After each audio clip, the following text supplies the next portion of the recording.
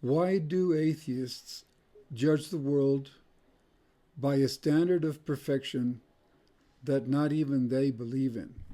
The other day, I watched a debate between John Lennox and Christopher Hitchens. The debate took place some years ago, and the title of the debate was, "Is God Great?"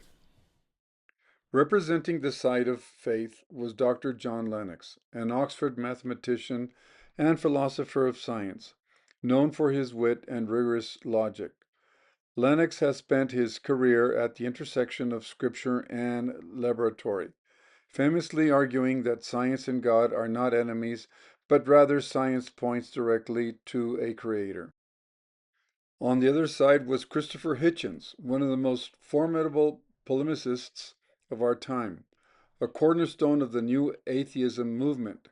Hitchens was a relentless critic of religion, viewing it just as a myth.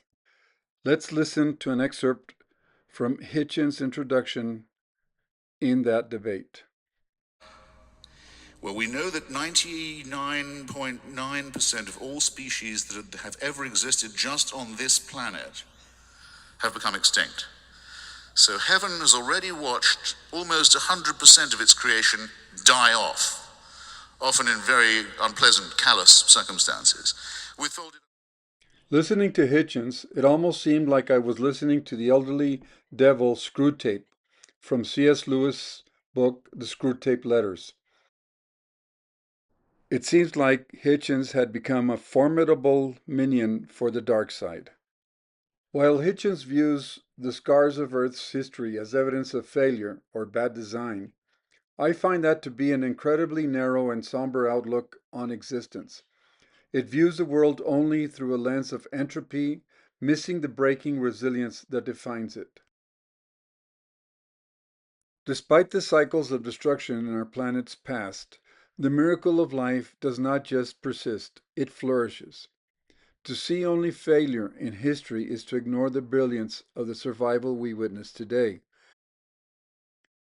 Our Earth has all the factors necessary for life to exist: CO2, oxygen, ozone layer, water, land, etc.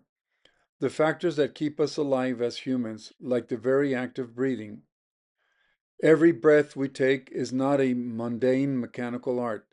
It is the culmination of a myriad of miracles occurring simultaneously at the molecular and biological level.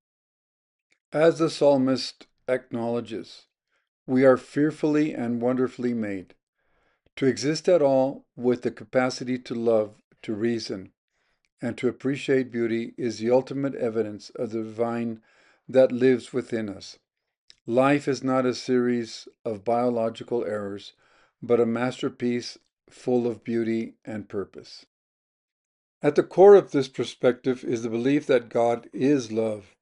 Love is not merely a human emotion, but the foundation of the architecture of creation.